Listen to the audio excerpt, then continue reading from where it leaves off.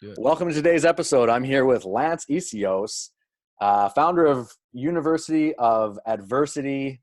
Cool dude, fellow Canadian. Love it, man. Thanks for jumping on the podcast with me here, bro. Thanks, brother. It's good to be here during this craziness that we got going on in the world, right? It's still Yeah, good that we can connect, have yeah, a chat. yeah, totally. Thanks to technology, we can hook up even when we're all isolated, right? So it's all Yeah, good. man. Cool. Awesome, man. So we were chatting for a couple quick minutes before we hopped on here, and we got a lot in common, which is very cool. We're both from Yeah. BC and talk about sports and all this good stuff. But for the listeners who don't know you quite as well as I do, tell us a little bit about yourself. Yeah, man. So I was actually born and raised in Edmonton, Alberta. So as we were talking, just to let everybody know, we're talking about hockey. So we came from hockey towns, hockey cities. So in Edmonton, that was obviously what you do. You play hockey. It's not much else going on. Plus, we had a pretty good hockey team, the Oilers, back then. So I played hockey. That was kind of my life, and I chased that dream. Got to junior hockey, played junior A, almost got a scholarship, almost went pro. Um, made some really silly decisions, which led me to not being able to reach my goals, which we all do at some age. This was a little stupider than others, but from there, I kind of got stuck and didn't really have an identity after that, because I was this hockey player guy. And then when that was over, it was over so fast that I didn't really understand who I was. So I tried to, dip my foot in all the things that everybody was doing that I thought I was missing out on, trying to see, like, everybody's doing trades, everybody's doing, firemen or whatever it is. I tried it all. And during that time, I was getting into, drinking and partying and drugs quite a bit. So I was really lost. So I discovered the bar industry.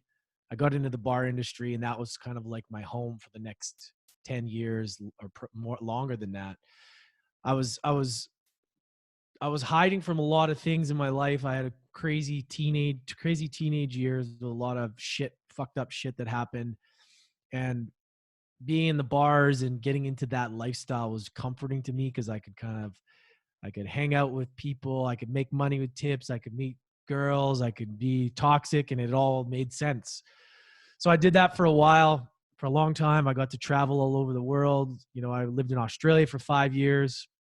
And from there, man, a lot of crazy shit happened in my life while I was there, which really allowed me to take a look at my life and kind of see where I was at, and where I was going wasn't the shelf life, and it just didn't have where I was going, just didn't feel like it was sustainable.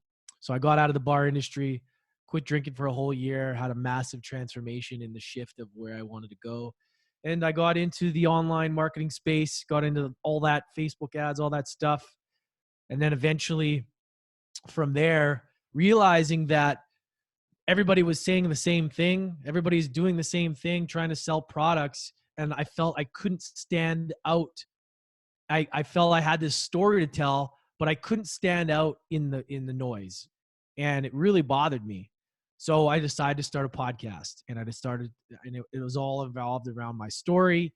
And with University of Adversity, because I'd gone through that, and because I really learned to lean into that I always knew that was there's something about that word that I really gravitated towards. And I started to interview people, started to get deep into their stories, and really realized that was a powerful thing. And everybody has to go through adversity in order to get to the next level, or to get something on the other side of it. So that's what I've been focusing my time on, is my show. And it's been massive for me, growth, being able to kind of meet these people like yourself, connect, allow a safe container for people to share their stories, and potentially inspire a lot of people, which is what we really need right now in the world too, right? Is, we're on a Zoom call right now connecting on, and we don't know who needs what we have right now, right? So what we're doing right now is so important. And I just saw that, and you probably did too, the value in connecting and having these relationships, and the ripple effect it can have on people. So that's kind of, to date where I am. And, I do a lot of podcasting production for people as well in my business. But that's kind of it, man. I'm kind of all in on the podcast world, and it's really, really exciting in a time like this. Yeah, absolutely. I agree completely. It's super exciting. Yeah. The Growth Podcast has been going only a few months, right? I've done about 50 interviews or so, and Awesome. it's fucking awesome. Like you Yeah. meet the coolest people, and you hear Yeah. their stories, and you realize we're all just humans doing our thing, and just Yeah. connecting and helping each other out and stuff. It's awesome, man. So, Yeah. yeah, you touched a lot of points there that resonate with me personally, which is kind of trippy. We have a lot in Yeah. common, man. A lot. Like I also right now I'm in the middle of a 365-day no alcohol Oh, binge. good for you. Yeah, and you know, I also What came from day are you at? What day are you at? good question. It was May last year, so June, July, August, September, October, November, December, Dude, February, March. 10 months. good for you, man. Yeah. That is awesome, bro. Yeah. I mean, I just, what happened with me, I also came from the bar industry and the party industry big time. Like when I left, we both went through sports, right? I went through sports. I went into college, into scholarships and NCAA stuff, and exited that into the corporate world. And that drove me into hospitality, which essentially was throwing parties. Yeah. Okay. Throwing parties in Southeast Asia for a decade. Like that's a shit show right there. Yeah. And after some time, I wasn't happy with where I was. I wasn't impacting enough people. I wasn't doing what I wanted to do anymore. And I was masking it with booze and other bullshit. Yeah. Or numbing myself. Not numbing, more just like, I just keep the party going, man. It's all good. Right? Yeah. Is that kind of how Yeah. you were feeling? Like, can you remember a point back then? Like, because I can remember exactly the second where I was like, fuck Yeah. this bullshit. I Dude, remember exactly the second. Do you? it's so crazy because like I fucking manifested working in nightclubs downtown Vancouver. I swear, man, I wanted to do it so bad. It was such a Mm-hmm. goal of mine to be like, I want to work in a nightclub. I want to meet chicks. I want to fucking party because I was just in that state when I was in my early 20s. I was just like an animal, man. Like I was just so I loved human connection. I loved partying. I enjoyed it. So for a while it's crazy because I loved it, and I got to this point. I was like, I got so much time. I don't care. I just want chicks. I just want to make money. I don't give a shit. I just want to travel. And all of a sudden, you start to get older, and you're like, oh, wait a minute. Holy shit. Wait a second. I was 29, and then I was like, is this, what am I going to do here? And then I decided to move to Australia. I sold everything, moved there, thinking because I was caught up in a lot of shit. We lived right on a main street near it was just party all the time. My roommate worked in a nightclub. I worked. It was just nuts. It was fun, great life. But, you know, like I said, it's not sustainable. But then we got to a point, I moved to Australia thinking, I'm going to move there. I'm going to work on the ship, or I'm going to do some like work in the diving and get out of the bars. Boom. What did I do? I got right into it even more. I got sponsored. I started getting into cocktails, and I was like, you think the bar industry here, well, if you were in Asia, you know what I mean? It's like 10 times that in Australia. It's fucking craziness. It's so much fun. People just, it's part of their lifestyle. People are into cocktails. It was just amazing.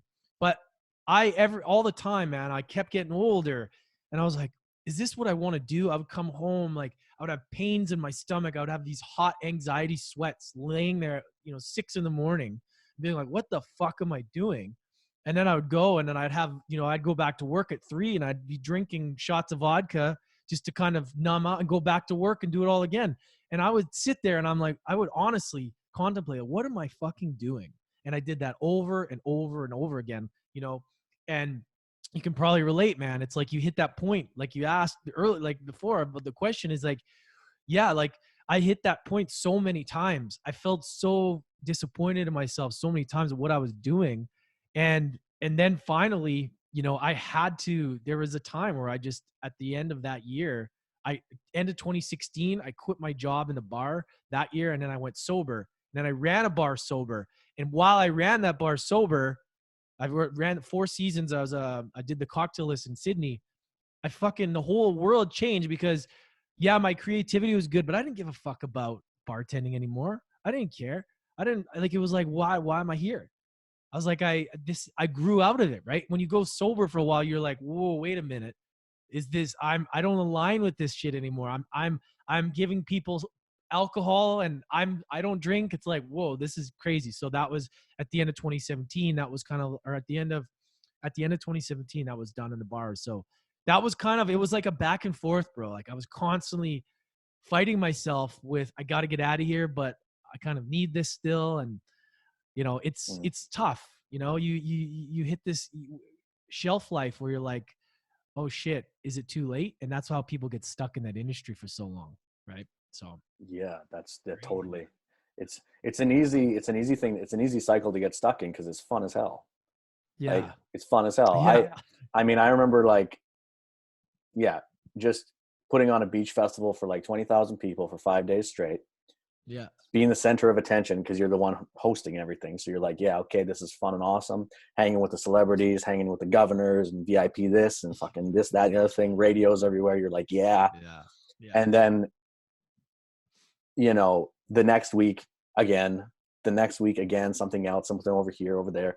All of a sudden, like I find myself in the hospital in Manila with crazy ulcers, for example, and Yeah. having crazy anxiety panic attacks because I'm just so acidic, just crazily Yeah. acidic. I'm just in the hospital, just like, you know, they're giving me all these medicines and stuff. And I'm like, I got to get back to the island, man. I got a party to host in 4 days. Like I got shit to do.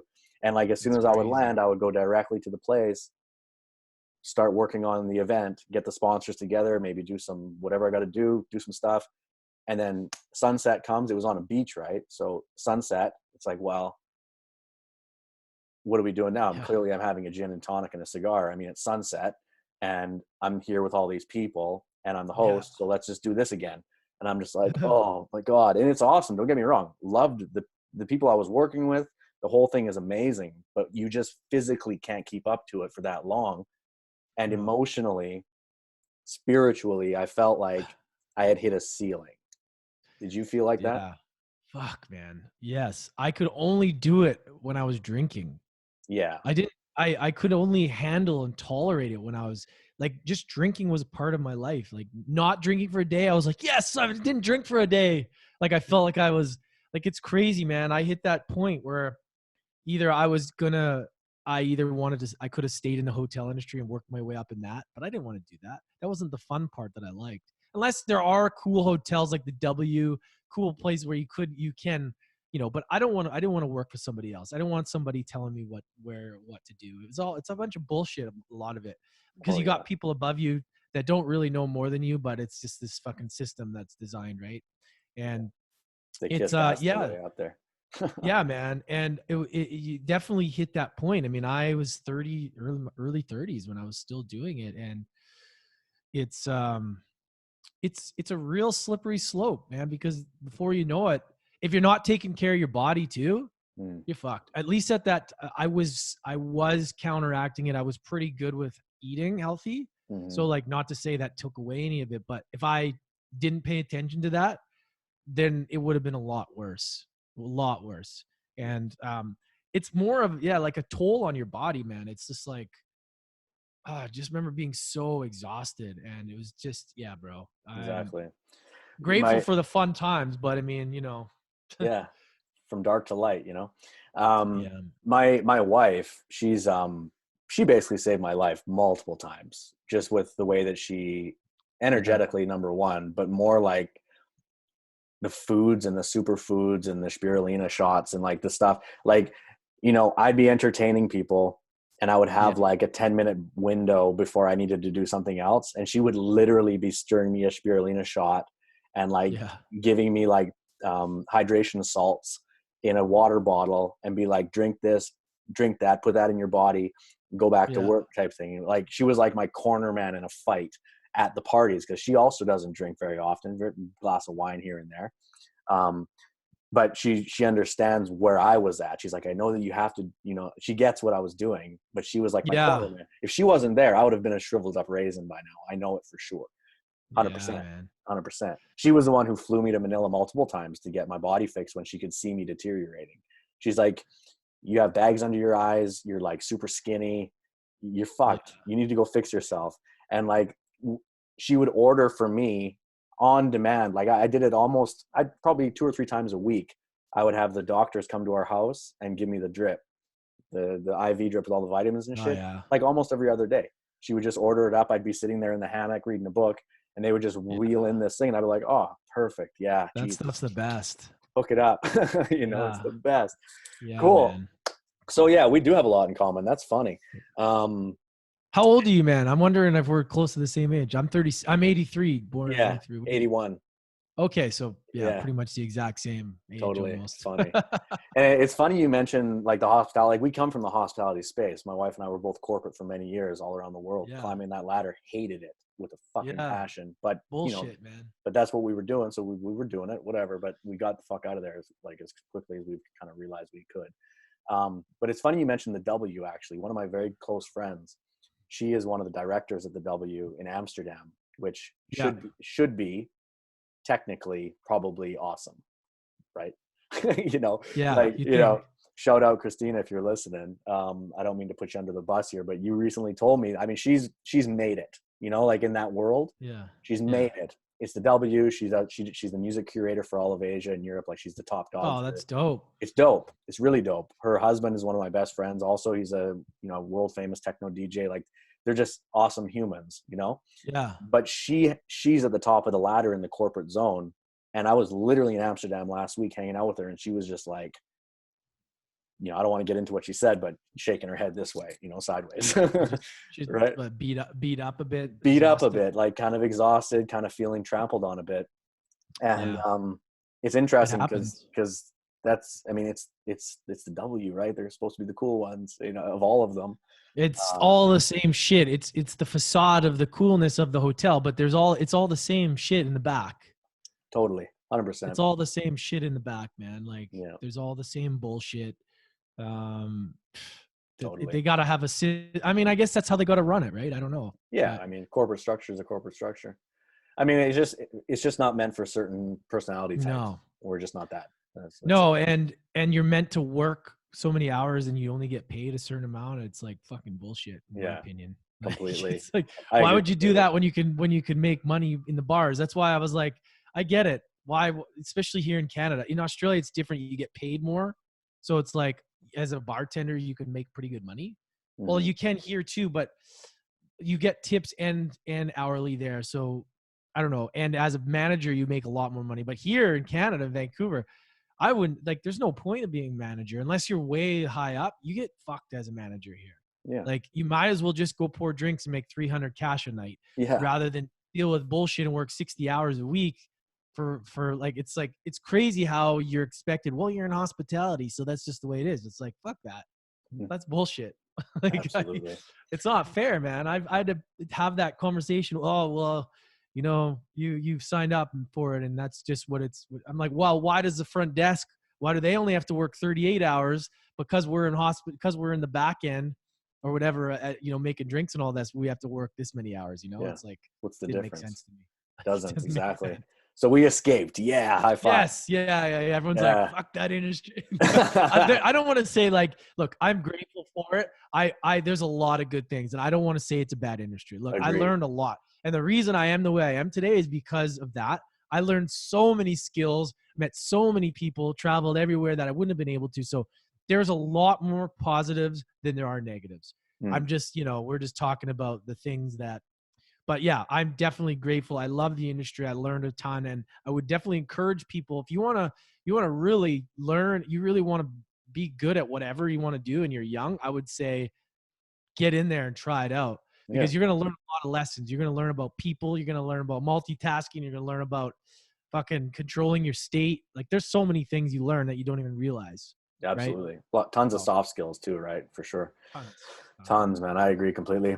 So let's shift gears a bit now. Let's talk about the current business and everything. How did you discover your current business direction, man? Yeah. So like I said before, I was doing direct selling, online marketing, right? So that was all. I had no idea about any of this shit. I come from, no education. All I knew is, I can talk and I work my way up in that industry.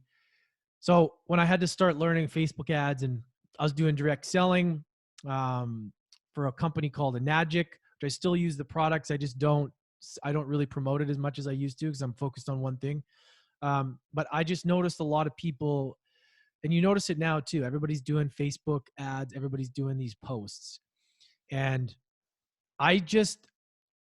it bothered me because there's this thing online a lot of people are just selling the same thing, and there's just no way of standing out. And that drove me nuts. I can't share my story in the right way.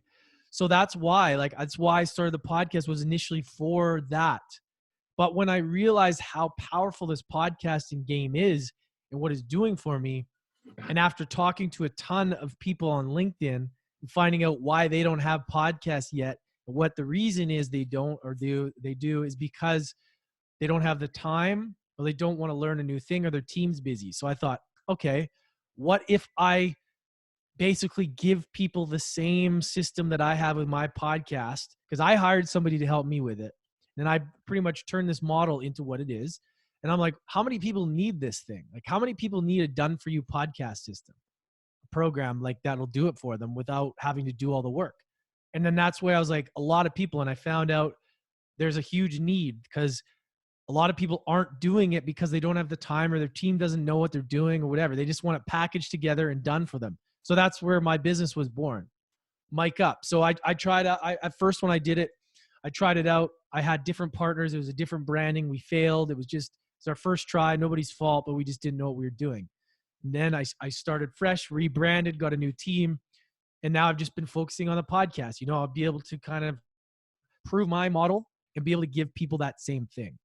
So that's kind of how my business started. It wasn't planned like that. I didn't start a podcast I started a podcast to help myself stand out in the crowd, build trust, authority with my listeners, and build a new audience, right? And that's kind of what I do now. Is I encourage people who have businesses, entrepreneurs, doctors, lawyers, whoever. You may be successful and nobody knows you yet. So you need to have a way to kind of get an extra marketing, an extra stream, an extra marketing tool like podcasting to get you out there and get you to the ears of people and create that evergreen audience and that evergreen content. So that's what we do. Do all the podcast production, all the micro content, all that stuff for social media. And yeah, man, that's kind of where we're at now. Yeah, that's awesome. And I can totally relate to that, Yeah. Obviously, it's so true. The underlying reason why I started a podcast was exactly like yours. I was like, what's the best way that I could network with people and have a reason or an excuse, essentially, to reach up and have a platform where I can connect with them, which will then build my authority, build my network, and provide as much value to my audience as possible. Yeah. I was like, well, I could interview people. Yeah. Like, okay, well, what's the next logical step? Well, Facebook Lives and stuff. Okay, cool. But that's just your audience there. It's like, well, it's just, Yeah. Oh, podcast. Yeah. Click, right? Yeah. Click. And then, then you figure out how to do it and you go from there. Yeah, totally. Podcasts are awesome. I love it. It's just a reason for people to get together and chat and, and bring value to the community. And it's a great marketing tool for your business too, man. Like if you have a business and you want people to know the real you, because look at even what's going on. Like you take away all the sales funnels, all the gimmicks. People don't give a fuck. People care about the people. People care about the human behind the product. You have 5 people doing the same thing. Let's say 5 lawyers, and they're all saying the same thing. But then you got one that has a podcast that you can really get to know. Be like, oh, I like this guy. He talks about this. He talks about he's vulnerable. You're like, I'm going to do business with this guy because I like him as a human. That's the thing, man. That's what people, when they realize that as podcasting is more than just entertainment, it's more than just that. It's also awesome education, but it's the trust factor that you get to build. Like say somebody sees you, they're like, I want to find out more. And then they go and listen to you, hear your conversations. They're like, that guy's just like me. What does he do? Boom. I want to do business with him. And like, that's the thing I'm learning is like, we're all humans. We're all on a journey, and it's just a matter of attracting the right humans to you, not having to.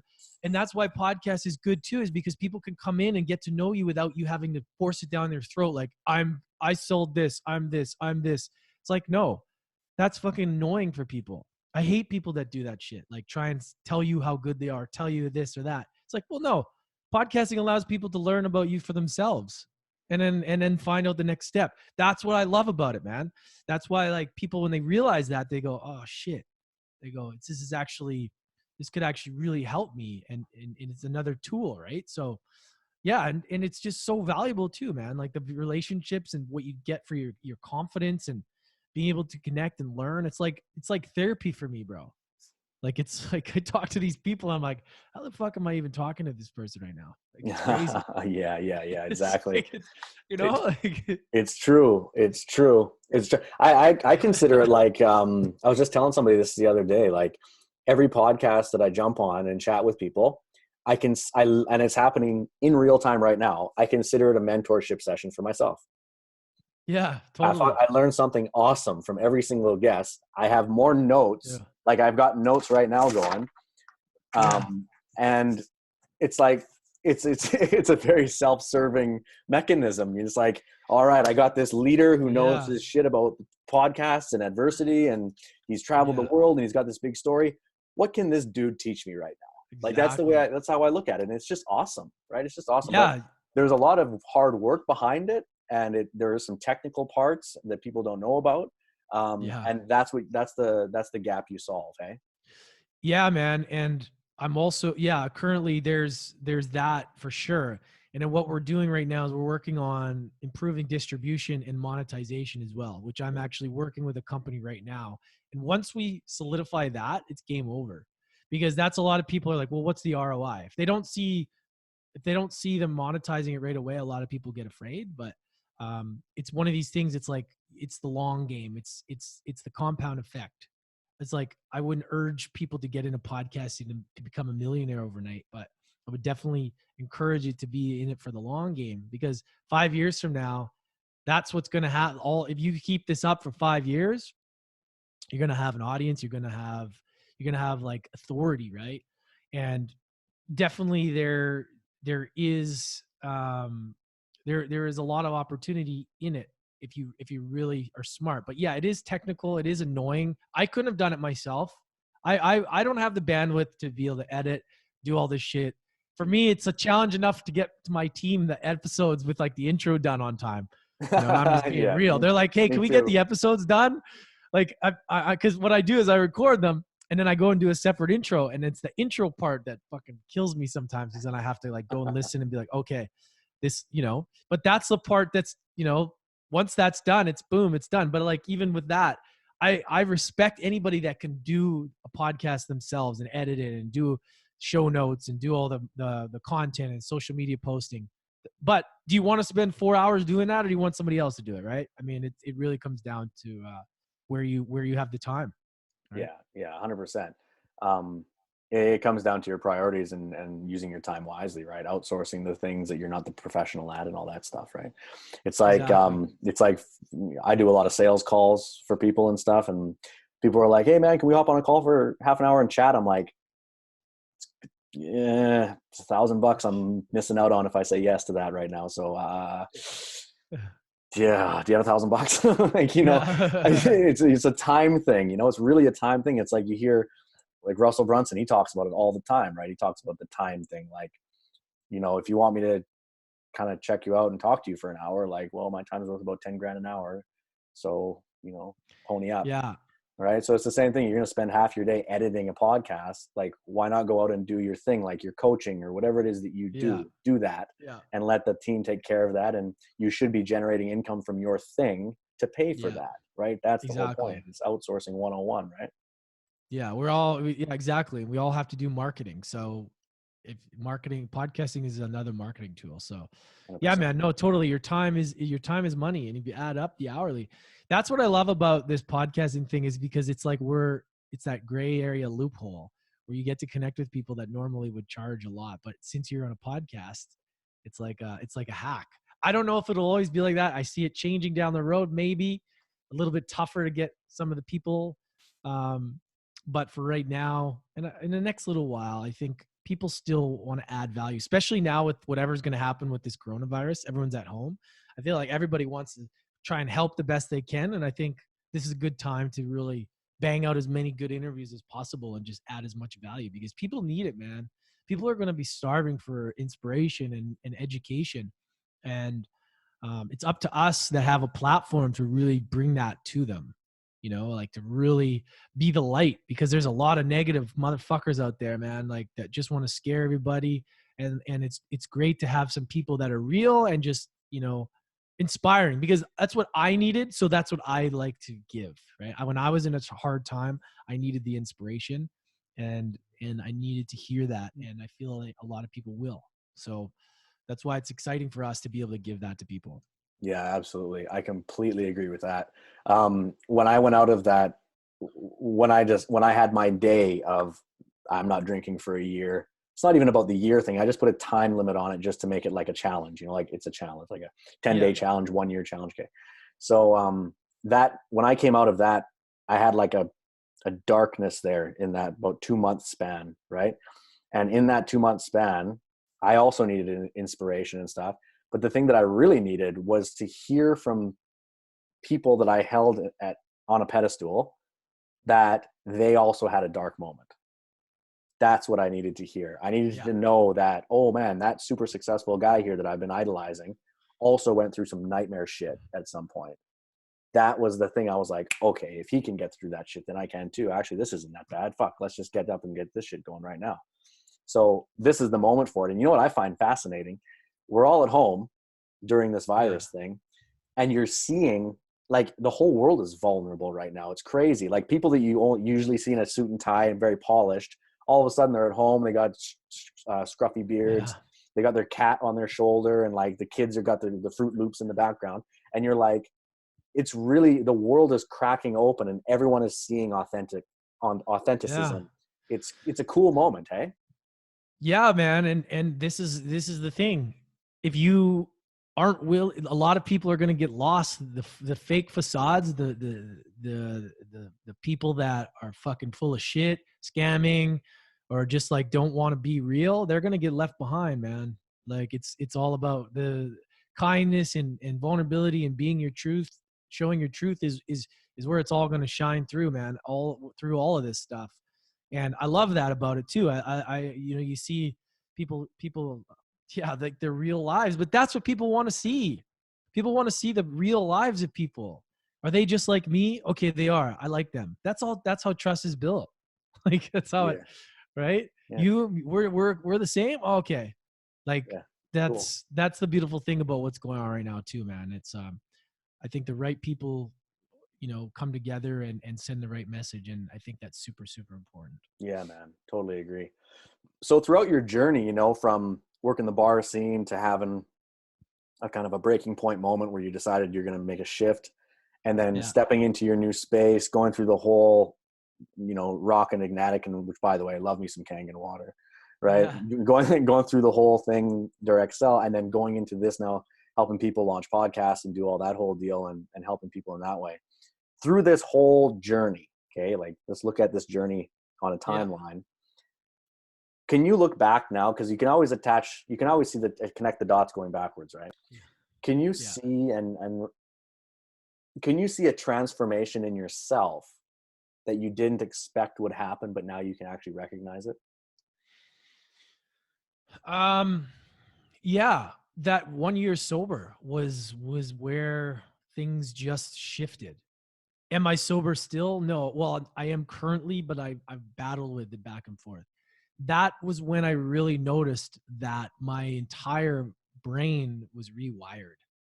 I was meditating. I was in the beach. I lived in the beach in Australia, in Sydney, Australia, and I would go to the beach. I'd meditate. I'd practice gratitude. That shit fucking changed my life, man. Like, if you got anyone, your listeners out there, you guys listening, if you don't practice meditation or gratitude and you think it's stupid, I'm fucking going to tell you, if you do that for 30 days, it'll change your life. And I know, because I was one that thought that stuff was stupid. And when I committed to doing that stuff is when everything around me changed. When you commit to change in yourself, your environment changes. Everything around you changes when you start to fill your cup.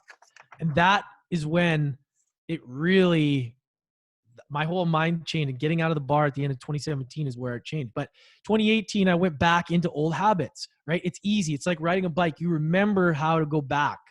And I battled through that. And in 2019, I quit for 9 months. I installed all these things, but it's still I was self-sabotaging. I was still going back to the old ways, but I knew that I was never going to go back. My mindset had changed. So I would say that I allowed my body to sort of recoup, heal, and instead of digging myself out of holes, I was able to build on the foundation, which started from going sober for 1 year. And Mm. have I struggled back and forth since then? Yes.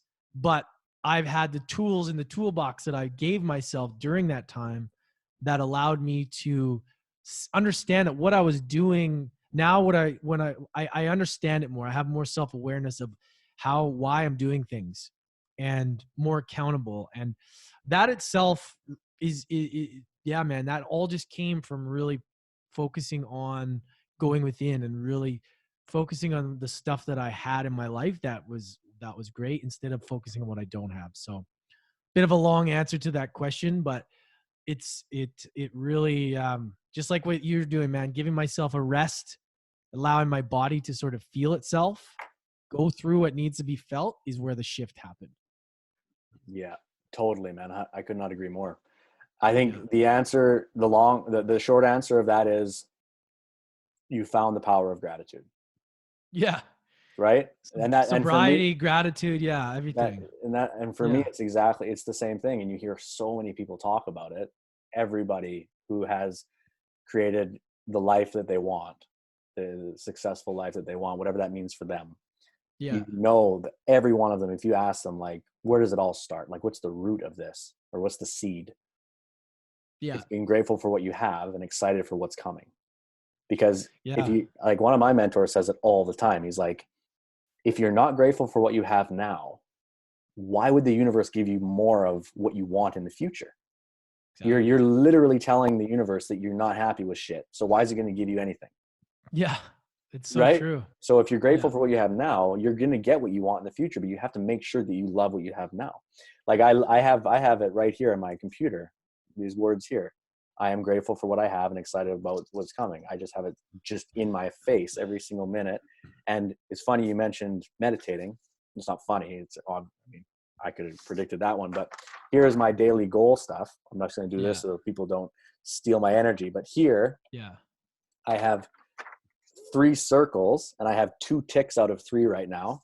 And those 3 circles are my meditations for the day. So I do 3 a day, and Awesome. I've done 2 so far today.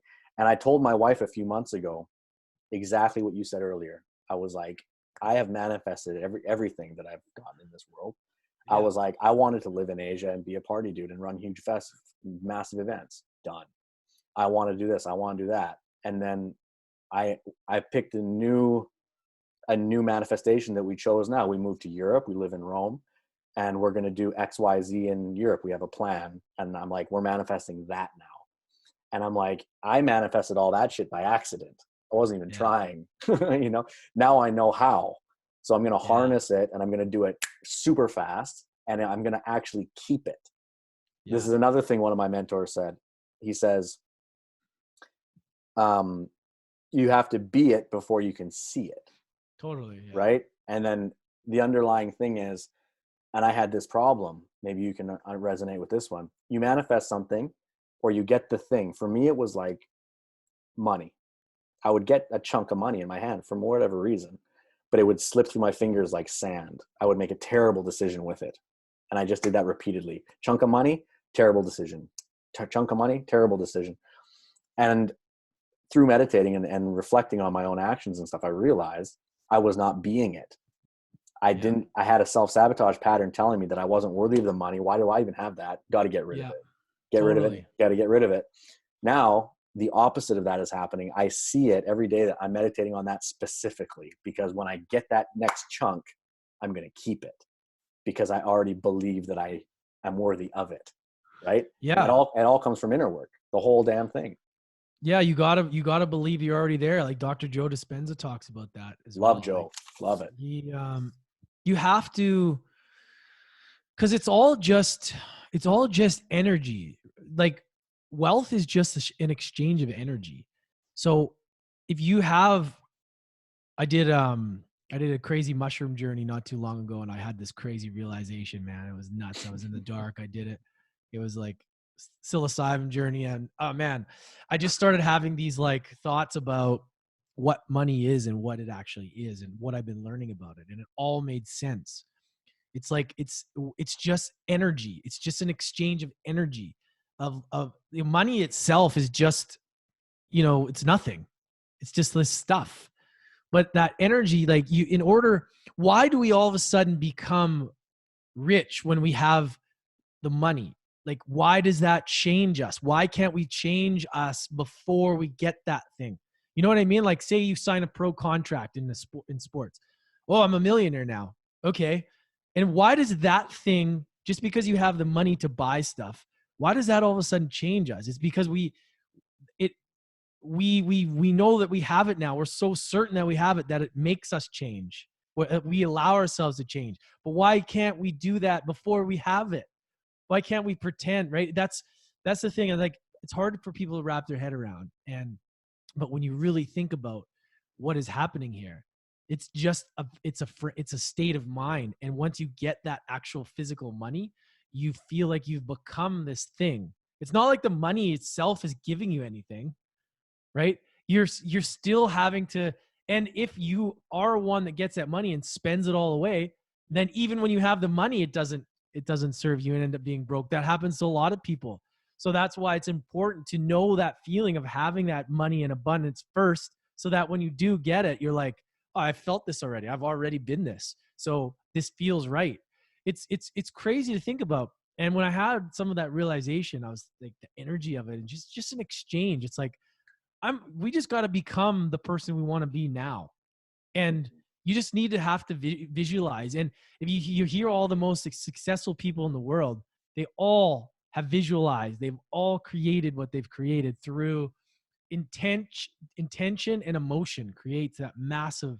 If you can have focus on something, and even with gratitude, like focus on what you're grateful for and really feel it. Like, why are you grateful for it? And you actually, like, some days I'll get into it and I'll get goosebumps because I think about it. And I almost cry sometimes, man, as cheesy as that sounds. If you can fucking feel something that strong and get into it, that's where the magic happens. Because it's the emotion and the intention that causes that massive shift. Now, that's why some people can manifest things quicker than others and some can't. It's because they're able to bring the emotion with their intention together. So it's really interesting. And some people, like you said, you obviously have that gift and you're able to do that. And some people struggle, but sometimes the stuff that we accidentally get, it's because we've also let it go. Like, we think about it and then we let it go. And sometimes the letting of it go allows it to just happen. But sometimes we grip it so tight that we shut the tap off, that we want something so bad to give it to me, give it to me, give it to me. And you actually resist it, which is fucked in a way, right? Yeah, Like, totally it's like you just gotta, and whenever I do, like, I have this before I go to bed, I have this manifestation thing, which is really awesome. It's like, think about how much money you want. And I think about it, and then I think about the feeling of it, and it's like, just forget it now. Just let it go. And then you just let it go. You don't think about it anymore. You just allow and trust the process. And that itself there's something in that, you know?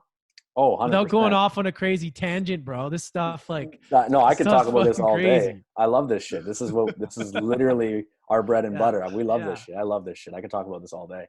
Yeah, man. It's Yeah. yeah.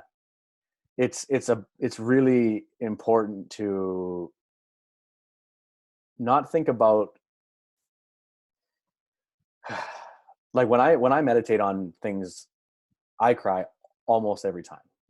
That's awesome, man. And I can't help it when I get in there. And there's various different types of meditations out there. Of course, there's tons of different things you can do. And I do a lot of variations, but like, there's one that I do called, well, it doesn't matter what it's called. It's about aligning yourself with your future self and your past selves. Right. So you build out a timeline, you go down the track and you go backwards, and you're going up and down the track, and you're basically just thanking yourself for getting you to the next step each time. So it's like, isn't it true that, like, where you are right now isn't exactly where you want it to be? Isn't it true? Yes. 100%. And then you're like, okay, take a step back and then look at that person who got you here. What the fuck did he have to go through to get you here? Thank that guy. Yeah. You step into that zone, you're like, thanks, dude. And you can see yourself. Like, I can see myself in Asia opening a computer, like quitting my job and just being like mad scientist with like drawings all over the place, trying to figure out like what is a sales funnel type shit, you know, and like just being like, whoa. And I look back and I see him and I'm like, thanks, man. You fucking made that shit happen. And then it's like, go back a step. Okay. How did you leave corporate?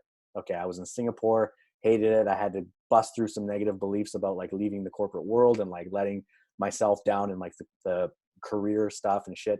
And but I did it. Thank you, man. That's awesome. Okay. How did you get there? And you go all the way back and then you work your way through to present. Yeah. Then where do you want to go? Where do you want to go next? Like, what's the next step? Okay. Boom. What's the next thing after that? Boom. What's the next thing after boom? And then you realize, you know, everything in life is just one step away. If you're in that zone, you go to next year, where you're going to be next year, you go 5 years down the road. You're in that. You're feeling grateful and happy for where you are now. You're 5 years from now. You've got everything that you want. What's the next step? And you're like, oh, fuck, what is the next step? Okay. And you're like, well, wait a minute. That is just one step away because I'm actually there right now, energetically. Yeah. And so you go way out to the timeline. And I literally see myself and my wife and like on a rocking chair being like 120 years old with a doobie, like overlooking the ocean somewhere, you know, just being like, yeah, we're old and this is cool. Like I see that very clearly. And then I go backwards again all through, but now you're moving backwards on the timeline in the future. So you're going backwards to now, and then you go back. It's already happened. It's just, it's parallel timelines. It's completely happened. And you're like, and you go up and down it. And when I do that, I get super emotional because I'm just so happy and grateful for every step. And then I'm excited about what's coming. And that's the whole alignment right there. It's a magnetic alignment. So you're aligning yourself with the future. And then now your body is conditioned emotionally to expect those spots. Each spot, you're like, oh, I'm ready for that shit. And you're gonna, when it happens, because it's gonna happen. When it does, you keep it because your body knows it's coming. You're ready. Yeah. And then the daily activity on that one, when you come out of the meditation, it's a morning meditation. You come out of it, the last thing you ask yourself is, what's the first logical step right now to get on that, like to go down that path? What's the first fucking thing you got to do? Like right now. Yeah. And then you get out and you just get your pen, journal it down. And it's literally like your to-do list for the day, essentially. You're coming out of it and you just know. You're like, oh, I need to do this. I need to do this, this, and this. Write down 3 or 4 things that are super important. And you're like, circle that, boom, that's my to-do list. Let's get to work. Yeah, that's great, man. Yeah, I love that shit.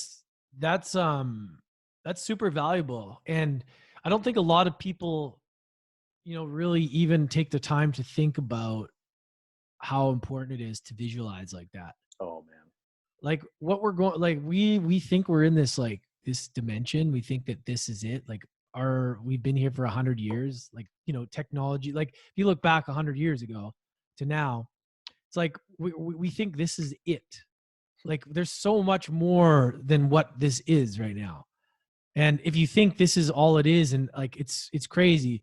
And the more you think about the other dimensions and the other worlds and the things that we're humans, man. It was like a 1 in 400 trillion chance to be a human. First of all, like we're creators, like we create shit, man. Yeah. Like we can literally do that. But society has told us that we're like, they try and take away our power because they know that we're so powerful. If fucking everybody got together and did what you did together, the whole world would be a crazy place, man. Like people would be doing shit, but they don't want that because they want to keep us fucking low. They want to keep us from thinking like that. Before I get on to the conspiracy stuff, I just want everybody to know like how powerful you are as a human, and if we actually do what you just said, you can actually be disciplined to think and walk yourself through that. And that's how you create your life. You have control. And when you get a taste of it and you start to see that things come into your life, you're like, oh shit, I have control, good and bad. And that's good too, is people need to be comfortable that the good is just as important as the bad. The bad is just as important as the good. Bad is only bad because what is good? What is bad? It's a perspective, because we think because the good thing made us feel better, that's actually better. But the bad thing that makes us feel like that is actually the thing that is going to help us grow. Like that's why I say in my show, University of Adversity, adversity is a gift. It's your ally. It's like, if you don't have that, if you don't crave that, then you're fucking missing out on the chance to become better. If everything is easy and everything is great and smooth and simple, you're not going to grow. But you have to, even when you're going through these hard moments, you got to be able to embrace the lesson and understand that it's all a balancing act. Sometimes you're up, sometimes you're down. If you're okay with that and you can accept that balance is neither negative nor positive, it's just is, then things get very, very interesting, right? So it's very. like celebrate the wins, fuck yeah, and then move on. Yeah. Feel the shitty times, like, oh man, this fucking sucks. You go through a breakup, feel that shit, breathe through that shit. So fucking okay. Don't go drinking, don't go doing that. And then let it go, right? Acceptance to let it go. And then that's the journey. When you can get comfortable with that. And I think that's the key, is like a lot of people that are successful are like, what am I learning from this shitty situation? Those are the people that are going to see the opportunity, especially what's going on right now. It's going to be really fucked up. Some of the people are going to go through a lot of shit. That's reality. But there's an opportunity there too. What can you do to navigate through this shitty time, right? So anyways, I think it's just super, super important that people are aware of their mindset and visualization and, acceptance of the journey, that however you're seeing it right now is perfect the way it is. Yeah, absolutely, man. Absolutely. Adversity is your ally. That's your line. I love it. That's a good one, man. It's true. That's where your lessons are. That's literally where the lessons are. Without that shit, you're going to be a trust fund baby with a silver spoon. And there's nothing wrong with that. If that's who you are, that's cool. But that's not going to be a creator. That's not the normal person who goes from average to great. Going from average to great means navigating adversity and learning the lessons along the way and increasing and improving your vibe as you go. Right. Yeah, absolutely. The big piece there that I think a lot of people miss, myself included, it took me a while to catch it. And my wife, actually, again, she turned me on. She was the one who told me this many, many, many, many, many times before I finally got it. And it was to let it go. Let go. I had the biggest issue with that, man. I had people who owed me money, business partners who screwed me over, all sorts of shit that I manifested because I attracted them into my world somehow. But anyway, I just couldn't let it go, man. I just couldn't. I just held that shit like with white knuckles. I was like, these fucking assholes, if they paid me this, I could do this. If they did that, I could do that. God damn it, I'm screwed. If they did this, I could do this. If they did that, I just would just harp on it constantly. And when she drove it into my head enough times and I did let it go. And I actually thanked them, which is exactly what you're saying. Not with my mouth, because if I see them, I'll probably choke them. But in my mind, so I haven't totally let it go. In my mind, I thanked them for that lesson. I was like, I release you from my energy space. You don't deserve to take up any energy from me anymore. Thank you for the lesson. I did learn massive lessons from them. Well, then that was a gift. And they were actually a gift. They were a gift. They were actually, it's fucking crazy. So when that happened, I was like, I felt like I went from like 1,000,000 pounds on my shoulders to light as a feather and wiser from it. And I had more energy capacity to move forward down my path. Right? Yeah, because they take up space, bro. All these people, all these things, they fucking take up valuable real estate in your mind. Yeah. Right? Your bandwidth. It's like, let that shit go. What did I learn from this person? They fucked me over, but did they teach me something? Okay. Then it was supposed to happen because we needed to learn that fucking lesson. Because if you didn't learn that lesson, you wouldn't have got to where you are. So it's a real crazy paradigm, man. Like, we got to thank the people that fucked us over because they were actually the ones that help us in the end, which is so fucked up. Yeah, but it's true. It's true, man. And you'll keep getting fucked until you learn that lesson. Right? Yes. You're going to be tested on it until you catch the lesson. Then you're like, oh, okay, now I got you. Yes, that's exactly it. It's exactly it. Cool, man. Yeah. Love it. All right, man. Well, I mean, I could chat with you all day long about this stuff. This is awesome. and we didn't even go into the conspiracy stuff, but we'll save that save that for another day. I'll have to get you on my show, bro. We'll do this again, and then maybe we'll go deep into that. Cause absolutely, man. We can do that. That's a crazy rabbit hole. This was a lot of fun, man. I really appreciate it. Yeah, my pleasure, man. Thanks for being on. I appreciate it. So where can the listeners and the viewers go find you? I would just go first off, go University of Adversity. It's everywhere on all podcasts platforms. Go check it out. If you guys can, I'd really appreciate leaving the review, subscribe, all that stuff. Um, Same as you would do with this podcast. This is super important. You guys, we always want to know how we can bring the most value to you. So we love to hear your input or your suggestions or like what you got value from. And then you can just check out my website if you want to apply. If you got a story that's gonna you want to inspire people, you got a crazy story, you can go to my website and apply, and you can follow me on social media as well, which is Lance Essihos everywhere. So lanceessihos.com is the website. Lance Essihos is my social media. Super easy. Awesome, man. I appreciate it. Well, thanks a lot for coming on the Growth Podcast, man. I appreciate it. Oh, man, appreciate you. Thanks so much.